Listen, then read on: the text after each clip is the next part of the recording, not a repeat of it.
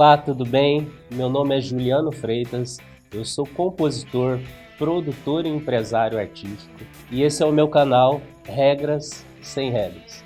Muita gente quer crescer na vida, tanto na sua vida financeira quanto na sua vida profissional. Muitas pessoas têm grandes sonhos e grandes objetivos, mas a grande maioria não quer pagar o preço.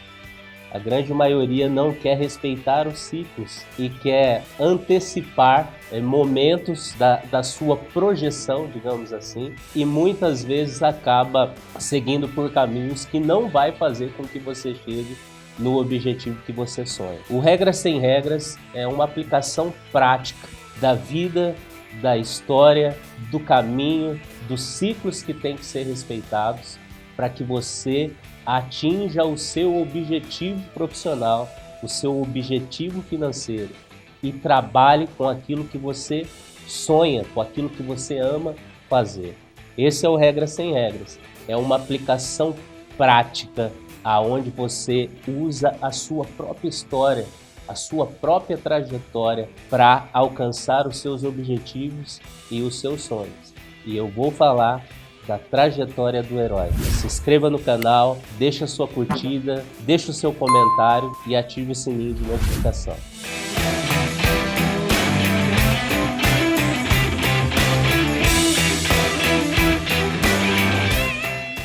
A trajetória do herói é um tema muito especial. Eu tenho certeza que você vai se identificar com esse vídeo. E para falar, para a gente falar um pouco mais dessa trajetória, eu queria convidar um grande amigo meu, Felipe Copati, que é jornalista, para fazer uma conversa e um papo bem bacana.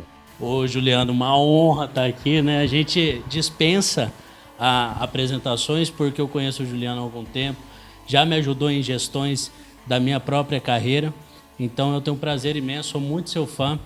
E obrigado. Você falou um ponto interessante, Juliano, foi os ciclos. Respeitar os ciclos.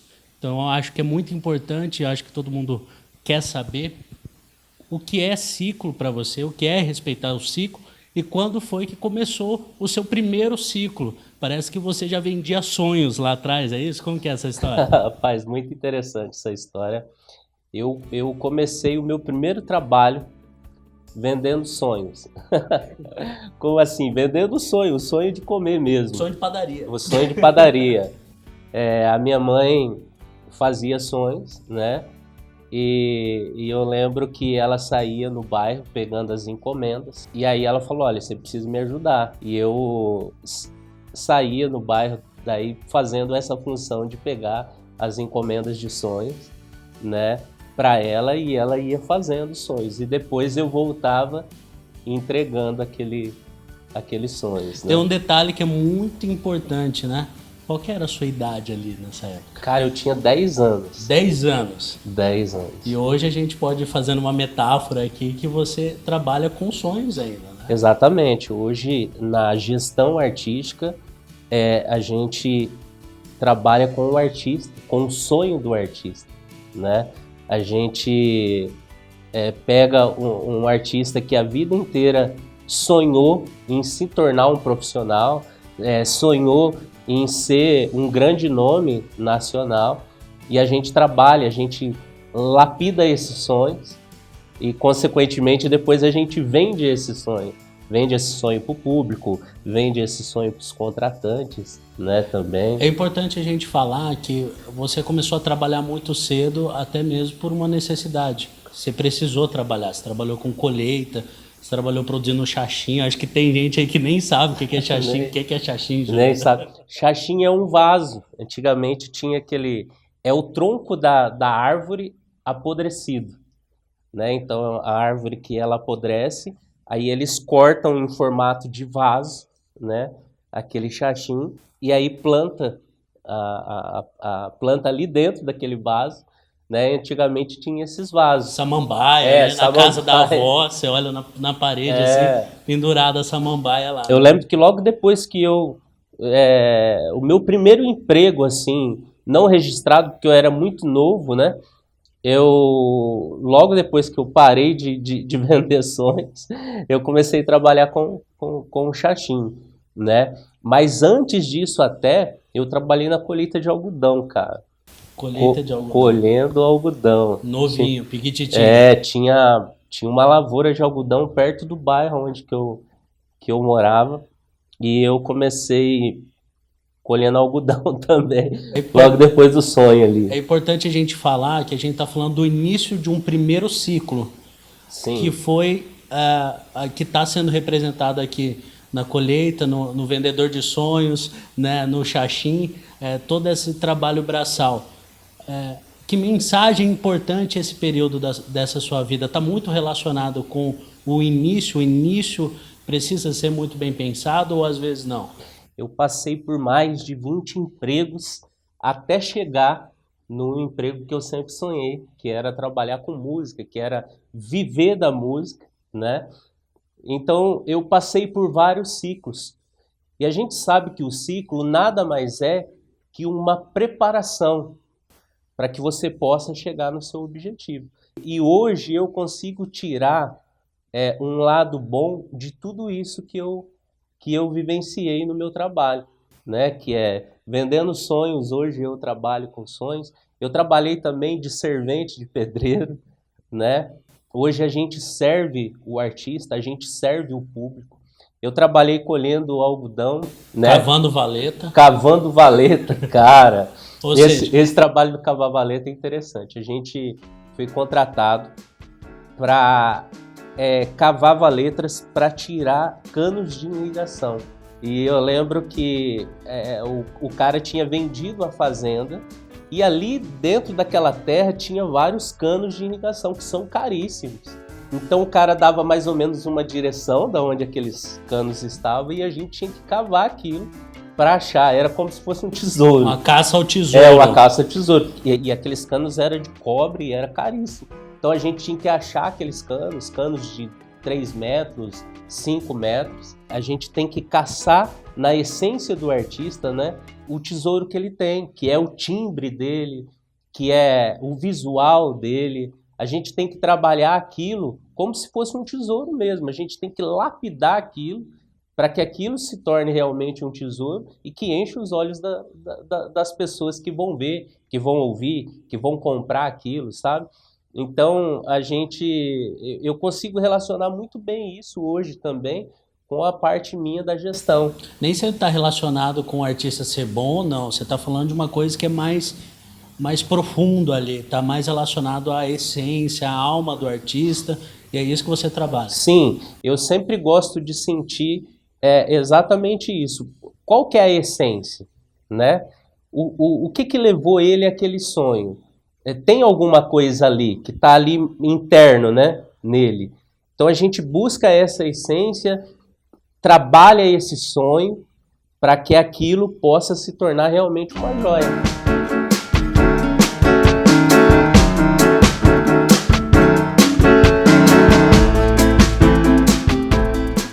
E depois que você saiu dessa profissão de servente, você passou por um ciclo 2, que você havia me contado, né, que você mudou os ares, né, Juliano? Você entrou numa banca de jornal e ali você teve experiências, né? Como que foi exatamente isso? A galera que está vendo esse vídeo vai sacar que todos esses empregos que eu passei têm a ver com a minha parte como gestor. Eu usei todo esse crescimento, digamos assim, né? Toda essa experiência em todos esses trabalhos que eu passei para aplicar isso na gestão, né? Se você fala de banca de revista, você fala de informação. Informação de mercado. Informação de mercado. Para me preparar como um gestor, eu tive que ir atrás de informação, eu tive que ter conhecimento, não só o conhecimento lido ou assistido, ou ouvido, né? O conhecimento prático também, né? Mas vem cá, você não tinha 18 anos ainda. Não tinha 18 anos. A gente tá falando de você de adolescente ainda ali. Depois disso você fez algumas outras coisas. Sim. Você foi para uma loja de móveis. Não, você começou a trabalhar É, com um- móveis. é, Eu um- lembro é que você me uma, é uma, contou, fa- uma, fa- isso, uma fábrica de móveis. Eu entrei como lixador, cara. lixador de É, móveis. lixador de Mas era móveis. segmentado assim mesmo? É, Um por fazia, exemplo, um lixava, o outro por exemplo, montava. o móvel ele é montado, né? Ele é montado, por exemplo, uma mesa, né? Ela vem no osso que fala, ela vem sem pintura, ela vem sem acabamento nenhum. E a madeira, ela tem várias imperfeições. Ela tem aquele strap, ela tem aquele cabelinho, né? Então a gente lixava aquela madeira e preparava ela para a pintura. Hoje você O- lixa o artista. Literalmente. Ó, o trocadilho, né? É como se fosse uma lapidação, né? A gente lapida o artista, ou seja, a gente tira as imperfeições, a gente tira aquilo que não vai ser agradável para o público, aquilo que não vai vender para o mercado, a gente deixa ele bem lisinho para que ele possa receber a pintura, digamos assim, né? Todo aquele trabalho e que as pessoas, ao olhar aquilo, vai encher o olho e vai comprar, Naquela né? época, Os olhos e vai comprar. naquela época você me falou, você continuou dentro da loja, você fez outras funções. E você tinha me falado uma curiosidade sobre ilustrar, né? Você Sim. trabalhou com Essa empresa de móveis, eu trabalhei em todos os setores, cara. todos. O lixador era uma das piores funções.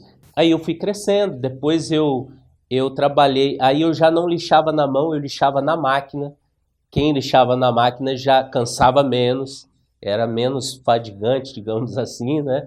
E aí depois disso eu passei para o montador. Ou seja, eu pegava aqueles móveis e eu montava aqueles móveis. E os móveis depois de montado, que é pintado, esse móvel ele vai receber a pintura, ele vai receber a laqueação, né?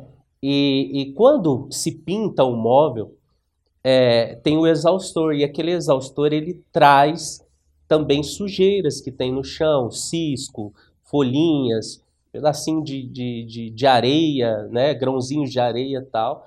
Depois esse móvel, mesmo depois dele pronto, você tem que lixar ele de novo com uma lixa d'água e você tem que polir ele. Eu vejo isso muito relacionado a essa parte de gestão. A gente traz o artista para um contexto de trabalhar bem ele, né, de tirar as imperfeições dele, de lapidar aquele artista, de preparar aquele artista para que ele seja muito bem consumido pelo mercado, para que ele seja aceito. Mas mesmo diante desse trabalho, você ainda precisa depois tirar mais algumas imperfeições e trazer o brilho que realmente ele precisa ter.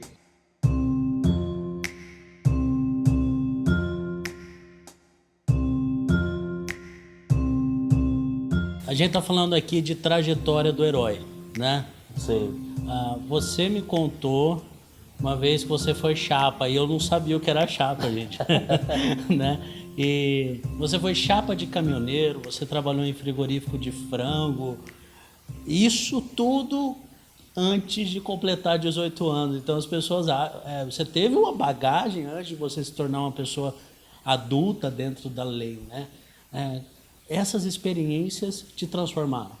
Me transformaram demais. O chapa é aquele cara que trabalha por dia pro motorista, digamos assim. Eu trabalhei com um motorista que tinha um caminhão fretado, né, por uma empresa que distribuía alimentos, né, em mercados pequenos de cidades pequenas.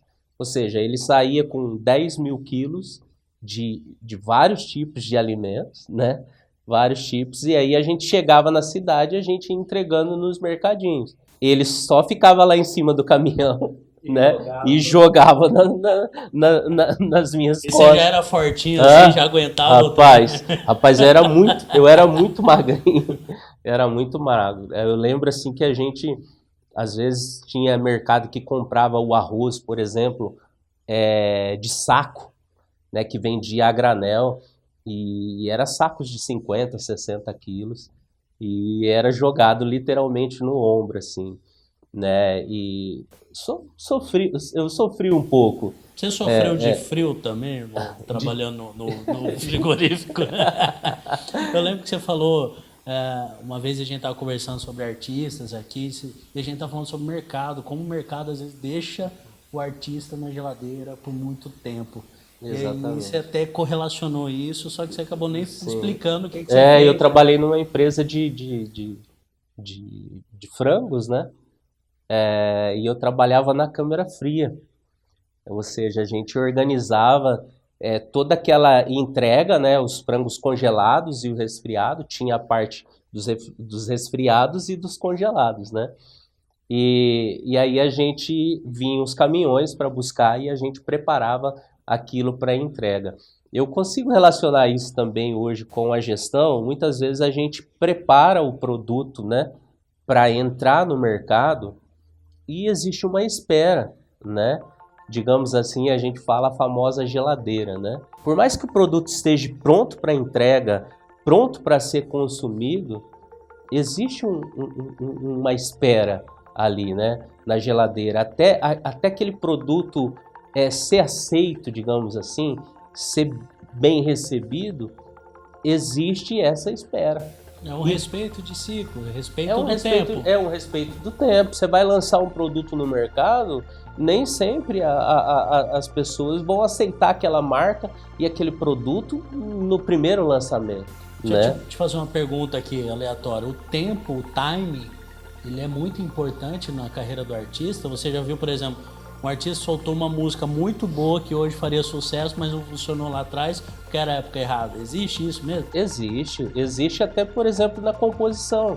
Teve composições que eu fiz que naquele momento, para aquele momento do mercado, aquela composição ela estava muito além, digamos assim.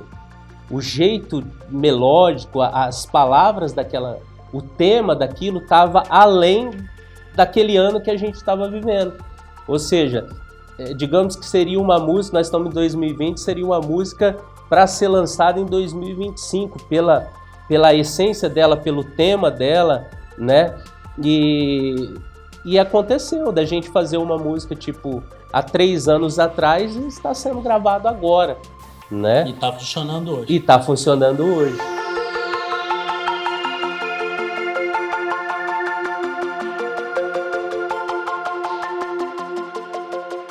Eu vou avisar o pessoal aqui, daqui a pouco a gente vai falar de composição, tá?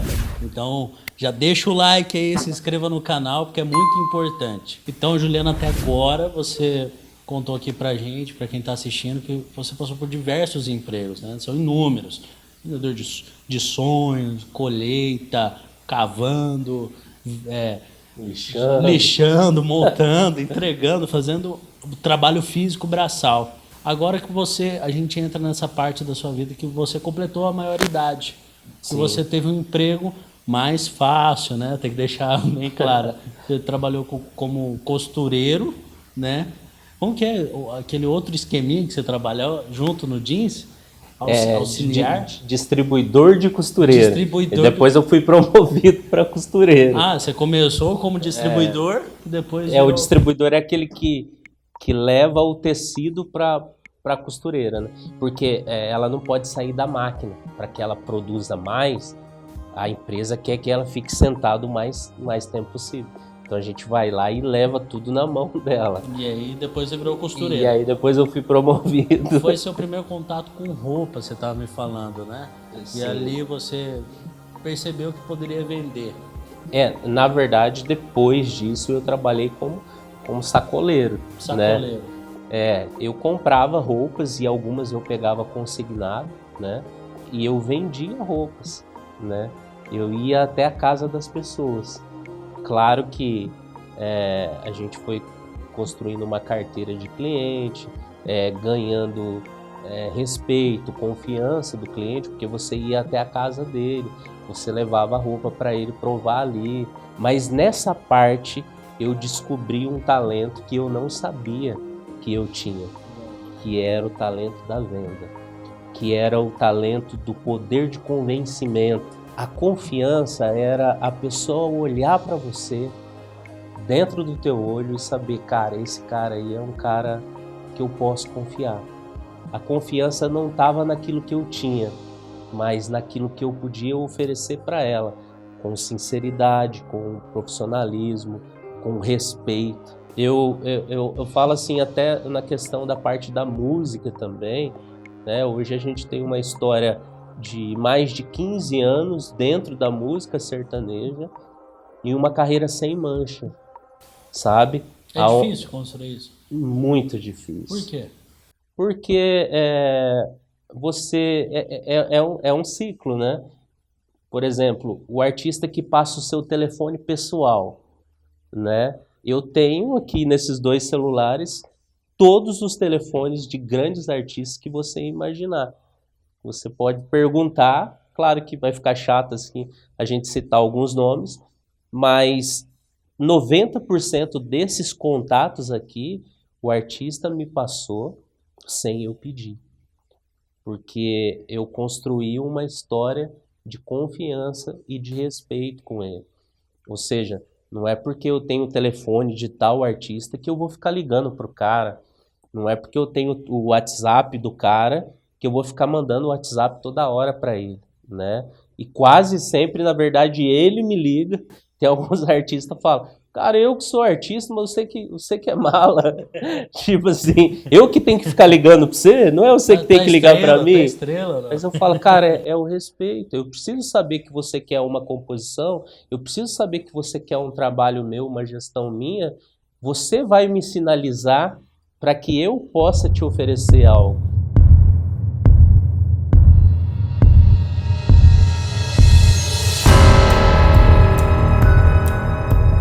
Ô Juliano, esse momento aqui da nossa conversa foi uma época onde você teve muita aprendizagem. Só que você saiu do ramo de sacoleiro ali, de vender, e aí você partiu para um momento onde você teve um impacto gigantesco na sua vida, onde você provou da fé que você tem em Deus, em Jesus, e isso também é muito importante para que as pessoas entendam o que é você fazer uma boa gestão de vida, né? Porque a gente não fala só de carreira, Sim. né? É importante as pessoas entenderem que uma gestão, ela não está baseada apenas em aquilo que você aprende estudando, ou aprende lendo, ou aprende vendo, mas eu uso muito a gestão prática daquilo que eu vivi. É muito melhor eu falar daquilo que eu vivi do que daquilo que eu ouvi, né? É o meu próprio testemunho, é a minha própria história sendo relacionada. E aí a gente entra no lance do regras sem regras. Eu lembro que eu fui fazer uma entrevista de emprego, né? Numa grande rede de lojas de móveis e eletrodomésticos. O meu currículo, né?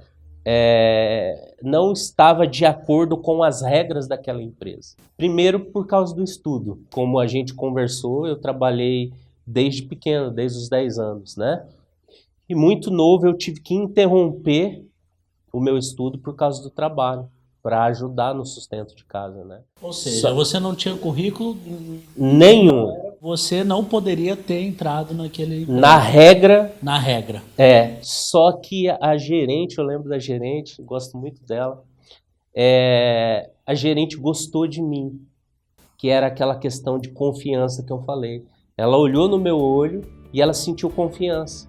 E ela quebrou uma regra de uma empresa grande para poder me contratar, sabe? É bem interessante essa história.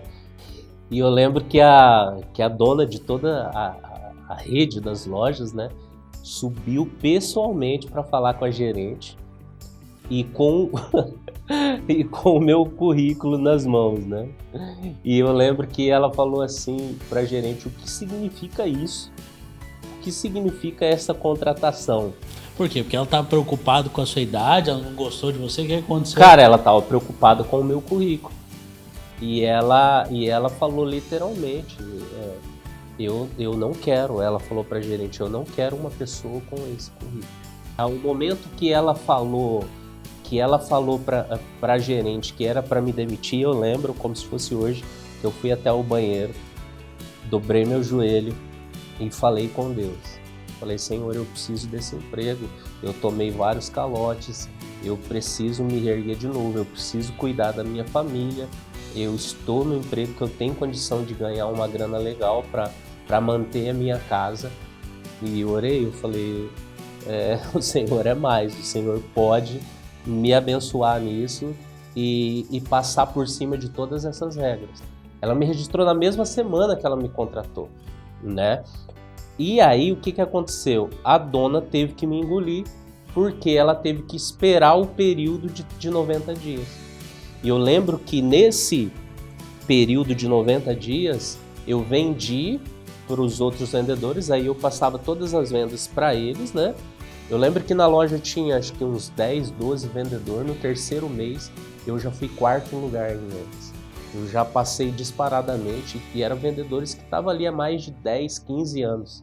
E a partir do quarto mês, eu bati o segundo lugar. A partir do sexto mês, eu fui primeiro lugar em vendas.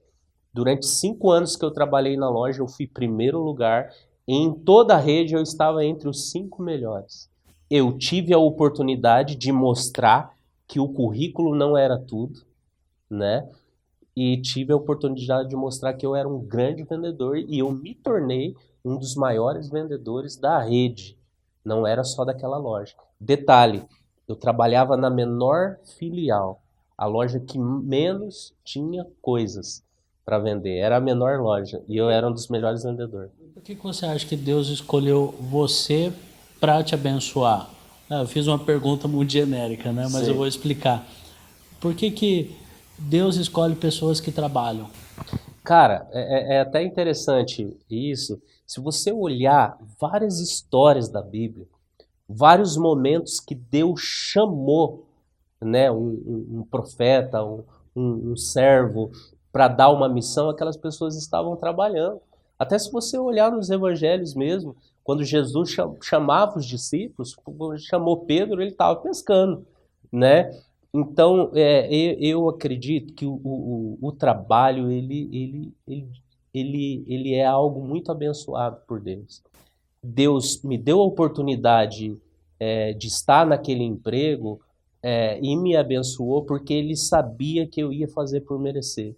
Ele sabia que eu ia mostrar a minha dedicação, que eu ia para cima, que eu ia mostrar o vendedor que eu era, que eu ia me dedicar, né? O horário de almoço que eu fazia era o menor de todos os outros vendedores. Eu ficava mais horas na loja, eu me dedicava mais.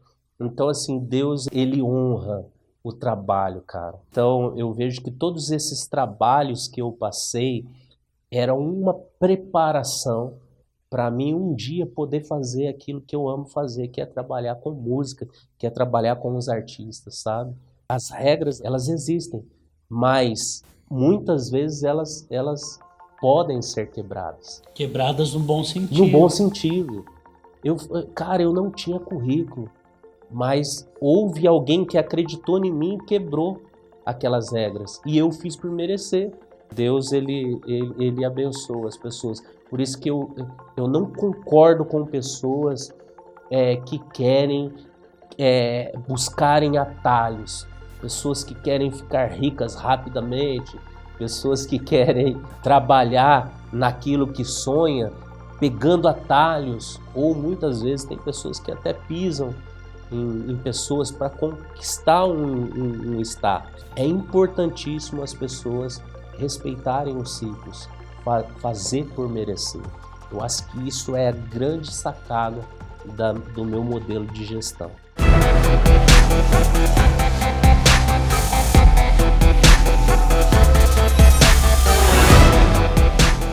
E por falar em ciclos, agora a gente está entrando na parte musical. Aqui é o início da sua parte musical. Esse ciclo que representa quem é o Juliano Freitas. Juliano, conta pra gente então aqui, nesse momento. Até essa parte onde você trabalhou nessa loja de móveis, você sabia que você seria um empresário no ramo sertanejo? Ou você só tinha um sonho? Como eu disse, eu cresci no meio sertanejo, venho de uma família sertaneja. Todas as festas de casa era da família em si era com música sertaneja.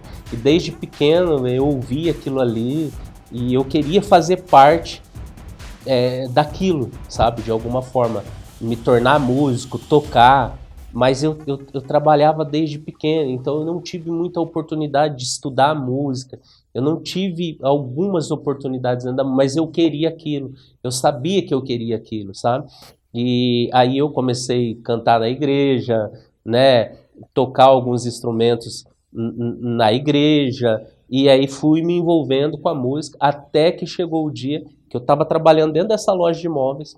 Aí um cara que queria montar uma dupla me ligou, né? Me ligou e se ofereceu, né? Na verdade, me convidou para fazer uma dupla com ele. Eu até achei que era um trote.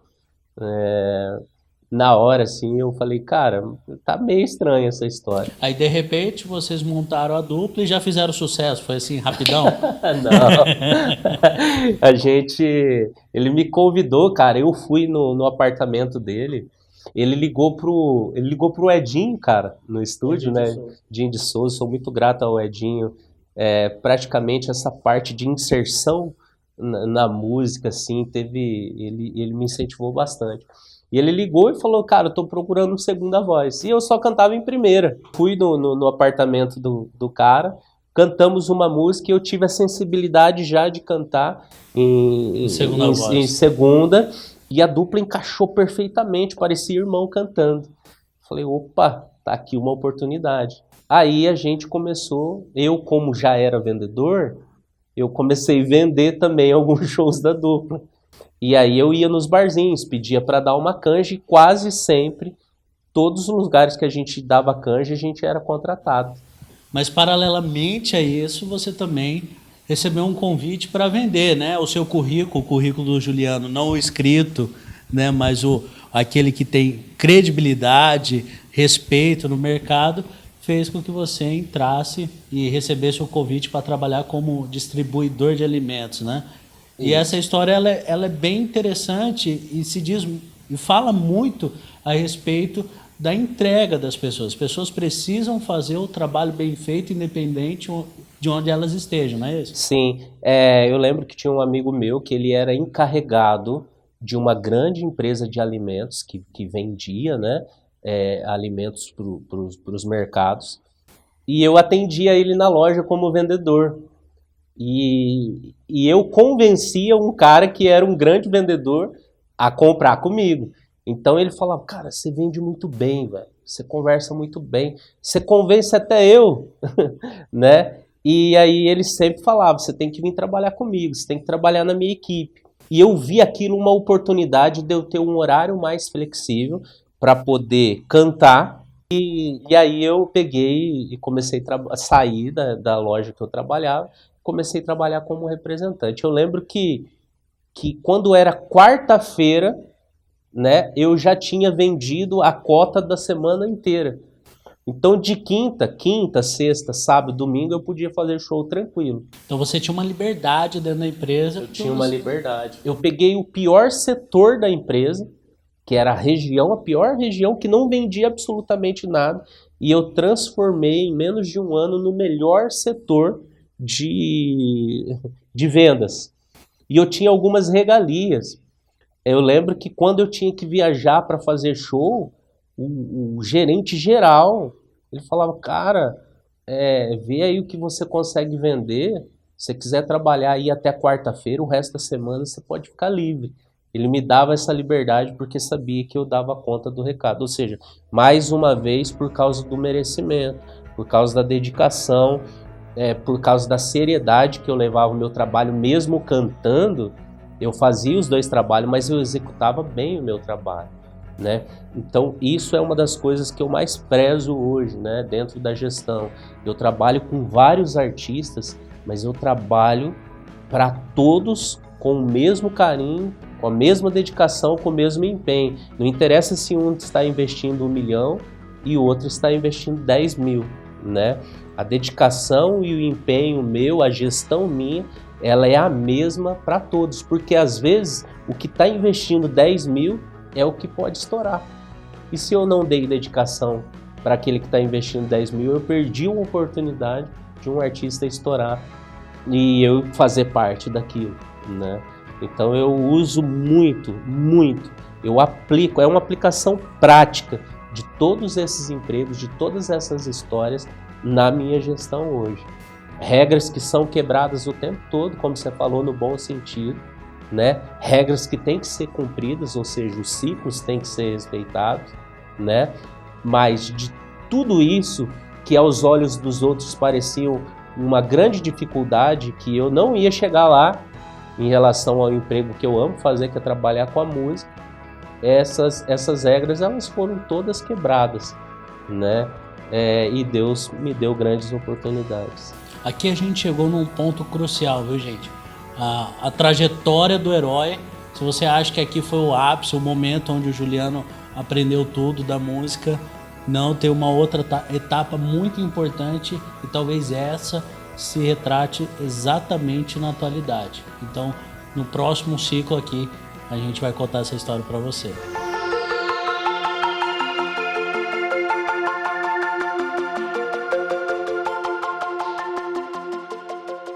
Pois é, rapaz, a gente mudou de cenário agora, né, irmão? É isso aí. Você estava falando que você tinha montado a dupla, que você estava trabalhando na distribuidora. A dupla explodiu, fez sucesso no Brasil. Não, cara, a dupla começou a andar bem, era uma dupla diferente, a gente tinha um timbre diferente, tinha um repertório diferente, era um repertório de composições próprias, né? A dupla começou a andar bem, mas num determinado momento a gente se desentendeu e questão de gosto musical também, algumas coisas não batiam muito bem e a dupla se encerrou, né? Aí eu comecei a me dedicar na parte de composição. Mas você já saiu da parte da música e já entrou na parte de composição? Não, cara, eu saí da dupla, não tinha ficado rico. Nessa época, eu já tinha saído também da distribuidora e eu tava só na dupla. Só na dupla? Só na dupla. Aí a gente ficou por 3 anos, mas assim, não deu para ficar rico. E logo quando eu saí da dupla, que eu não tinha aquele ganho, eu trabalhei com um amigo meu de motorista, cara. Olha aí, cara. A vida ela faz isso, né? Sim. Não tem jeito. Pensa num cara que trabalhou, gente. Foi como eu falei no outro vídeo, mais de 20 empregos. Eu trabalhei de motorista. Então, esse cara ele tinha algumas fazendas, esse cara tinha vários negócios. Então eu ajudava ele na estrada, dirigia um pouco. Não era a profissão de motorista, assim, mas eu trabalhei e nesse período ele me ajudou bastante, assim, nessa questão financeira também. Entendi. O pessoal aqui tá vendo os quadros aqui atrás, porque o Juliano acabou de falar que ele é compositor. Para quem está conhecendo o canal agora, esse é o Juliano Freitas, compositor, né, de grandes sucessos aí do Brasil. Vamos pedir de novo o pessoal se inscrever. Se inscreve aqui se embaixo. Se inscreve no canal, gente, por favor. Ativa as notificações, que é importante. Comenta aí, faça sua pergunta para saber o que você quer conhecer mais desse mundo da gestão de carreira. É muito importante a gente passar essa orientação através do Juliano. Mas aqui atrás tem os quadros, né, Juliano? Sim. São quantos artistas e compositores? Cara, hoje eu e o Diego de Souza, né, que é o meu primo, nós somos parceiros de composições. Nós somamos hoje mais de 300 músicas gravadas, eu acho que quase 350 músicas gravadas com mais de 100 artistas, os principais artistas do Brasil. 350 com mais de 100 artistas. Com mais de 100 artistas diferentes. Aqui, nesse portfólio, não está tudo, não estão todos. Não estão todos aqui. Tem Gustavo, tem Rico Juliano, Matheus e Cauã, Maiara e Maraísa. Então é isso aí. Tem uns fortes aí também pra pôr ali. Tem playlist no YouTube, né? Com composições de vocês também. Tem vários. Eu fiz uma no Spotify também. No Spotify também já falei pra galera. Depois eu vou passar um linkzinho lá na descrição, né? Deixa na descrição. Pra galera aqui ajudar. Mas quando eu decidi me dedicar na composição, foi muito difícil. Muito difícil. Eu passei muita dificuldade financeira para poder sustentar esse sonho, porque o sonho como artista, ele estava meio que frustrado, né? Mas eu queria continuar na música, e para me defender aquilo, de permanecer na música, eu passei muita dificuldade financeira, ou seja, nesse ciclo de tantos trabalhos, a hora que eu consegui chegar na música, de repente a dupla não deu certo e eu queria me manter na música. Então você imagina como que foi a minha cabeça. Se eu não tivesse tido uma resiliência, uma dedicação, muita fé em Deus, né? Muito empenho e muito trabalho, eu teria desistido, né? Depois de ter passado por tudo isso e perdido a oportunidade de trabalhar hoje com aquilo que eu amo fazer. Rapidamente, como que foi o início, irmão? Na composição, que você procurou o Diego ali para fazer algumas músicas, como que foi esse início? Eu e o Diego, nós somos primos, né? Nós descobrimos que a gente tinha afinidade para compor junto no CD da minha dupla, né? O primeiro CD, inclusive, o Diego foi o cara. O primeiro CD que o Diego produziu foi o CD da minha dupla. E a gente fez metade do repertório, eu e ele. Então a gente descobriu que a gente tinha muita afinidade para compor junto, que a química era muito boa. E eu falei, irmão, essa química nossa é muito forte, né? A gente podia se dedicar mais na composição, né? Aí a gente compõe junto, eu vou atrás da galera, eu vou atrás dos artistas, eu já sei também trabalhar nessa parte de convencer as pessoas, né, no poder de convencimento lá. Então a gente sentava, fazia música junto, o Diego preparava a parte de estúdio da música e eu saía atrás dos artistas. Mas foi muito difícil, muito difícil. Você sustentar um sonho em relação à música e você viver daquilo, né? Você ter família, você ter os seus gastos, e era como se eu tivesse que começar tudo do zero de novo. Então eu passei muita dificuldade financeira, eu passei necessidade, eu não tenho vergonha de falar, eu passei necessidade até de comida mesmo, em casa, com a minha família, para sustentar esse sonho de composição. Eu fui atrás de vários artistas, eu passei necessidades na estrada, eu fui atrás de alguns compositores para ver se eu conseguia uma força, se eu conseguia uma indicação, né? Eu lembro que muitos, né, não me ajudaram, e aí eu entendi que dependia de mim, que não adiantava eu querer cortar caminhos, né? Não adiantava eu querer pegar atalhos, eu tinha que respeitar aquele ciclo, de começar com os artistas regionais, os artistas daqui da cidade, depois os artistas estaduais, depois os artistas nacionais, né? Então era um ciclo que eu precisava passar por aquilo, né? E graças a Deus a gente foi galgando, fomos se dedicando. Eu lembro quando eu peguei o primeiro contato do primeiro artista nacional, que eu recebi a primeira ligação, que foi do João Bosco Vinícius, me convidando para ir até a casa dele, passar uns dias na casa dele. Aí avisei o Diego e a gente foi para lá. Então, assim, aquilo era uma conquista muito grande. Um artista do gabarito, numa dupla como essa. Foi a Um Lugarzinho na Sua Cama? Foi nessa época? Primeiro sucesso foi Um Lugarzinho na Sua Cama. Só que o João Bosco Vinícius gravou várias músicas nossas, né? Mas daí, a partir desse momento, a gente começou a ser conhecido nacionalmente. Mas também teve vários ciclos, vários picos. Um momento que a gente estava gravando demais, depois deu uma diminuída, aí começou a gravar bastante também, novamente. Então, assim, a vida, ela é feita de ciclos, ela é feita de momentos e ela é feita de dedicações também, né? Eu lembro que quando a gente começou a gravar, eu e o Diego, a gente atravessava a noite compondo, porque a gente precisava suprir o que o mercado estava buscando em nós, né? Então, a gente recebia ligações o tempo todo pedindo músicas, a gente tinha que ter música para oferecer. Então foi aquela fase também de muita dedicação nas composições.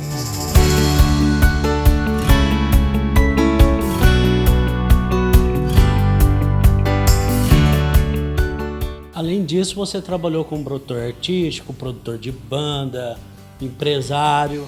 Tudo isso criou-se uma bagagem para você se tornar um gestor de carreira. O que é um gestor de carreira? Finalmente a gente vai responder essa pergunta. Cara, voltando só um pouquinho, eu lembro que as pessoas vinham atrás da composição, né?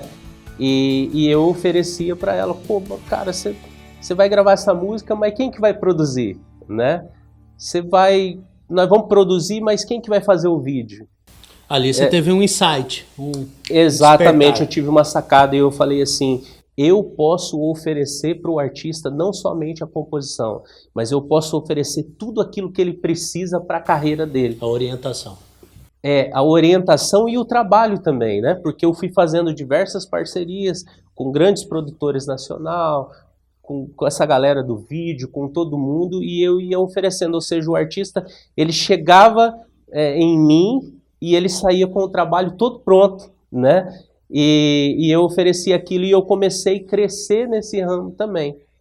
A partir disso, como eu já era um vendedor nato também, eu comecei a vender os artistas. Também vender os artistas, né? E eu comecei a crescer rapidamente também no mercado de vendas. Eu lembro que as pessoas falavam assim, cara, mas você é muito íntimo daquele artista, você é muito amigo dele, você é muito próximo, você não consegue o show dele mais barato? Às vezes um prefeito me ligava, um assessor de um prefeito, ou uma festa da cidade me ligava e falava, cara, consegue aquele artista, porque eu estou ligando no escritório e o valor está muito caro. Aí eu ligava para o artista, ligava para o empresário, ligava para o agenda, e eu fui conseguindo valores bons para aplicar no mercado e fui também ganhando o nome como vendedor de shows, né? Então hoje eu faço toda a gestão artística, a gente prepara o artista para o mercado e quando eu digo preparo, eu preparo com história, com vivência. Não é algo que eu escutei, é algo que eu aprendi, que eu vivenciei. É os ciclos que eu vivi, tanto na minha vida pessoal, quanto os ciclos dentro da minha vida e da minha trajetória artística, né? Isso eu emprego hoje na carreira do artista. Com toda a experiência que eu tenho dentro do mercado, eu faço o artista acontecer, né? A gente traz esse artista para o mundo nacional, né? Com experiência, com dedicação, com experiência, com visão de mercado, né? Em todas as áreas que eu passei da música, é isso que eu ofereço para o artista hoje. Rapidamente, então a gestão está muito baseada em pilares importantes na construção da carreira desse artista. Tem muita gente que prefere, eu ouvi isso, se eu fizer isso aqui, vai dar certo, mas na realidade você fazer isso aqui, junto com isso aqui, junto com isso aqui, não é? Sim, exatamente. A carreira do artista, ela tem algumas regras que precisam ser seguidas, mas existe algumas também que precisam ser quebradas, né? Então a gente tem todo esse tato, toda essa malícia da hora certa de quebrar uma regra ou na hora certa de seguir uma regra e respeitar um ciclo. Então a gente consegue aplicar isso bem na carreira e trazer para o artista o resultado que ele precisa diante do público, diante do contratante e diante do mercado nacional.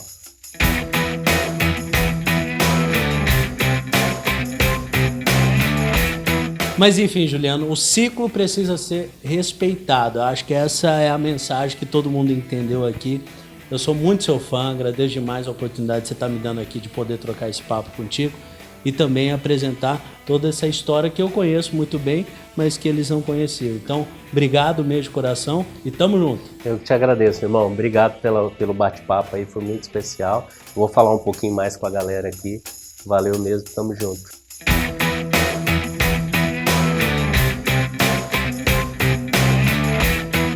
Galera, queria aproveitar e pedir para você mais uma vez se inscrever no meu canal, deixar o teu comentário, deixar a sua curtida lá, ativar o sininho, porque a gente tem muita novidade. A gente vai falar de carreira, a gente vai falar de composições, a gente vai trazer alguns artistas aqui também para serem entrevistados. Tem muita novidade, muito conteúdo, principalmente relacionado à gestão. Quero contar com a sua participação. Obrigado por ter ficado até aqui. Assim como eu, você também é um herói e tem a sua trajetória. E esse é o meu canal, Regras Sem Regras. Tamo junto. Obrigado.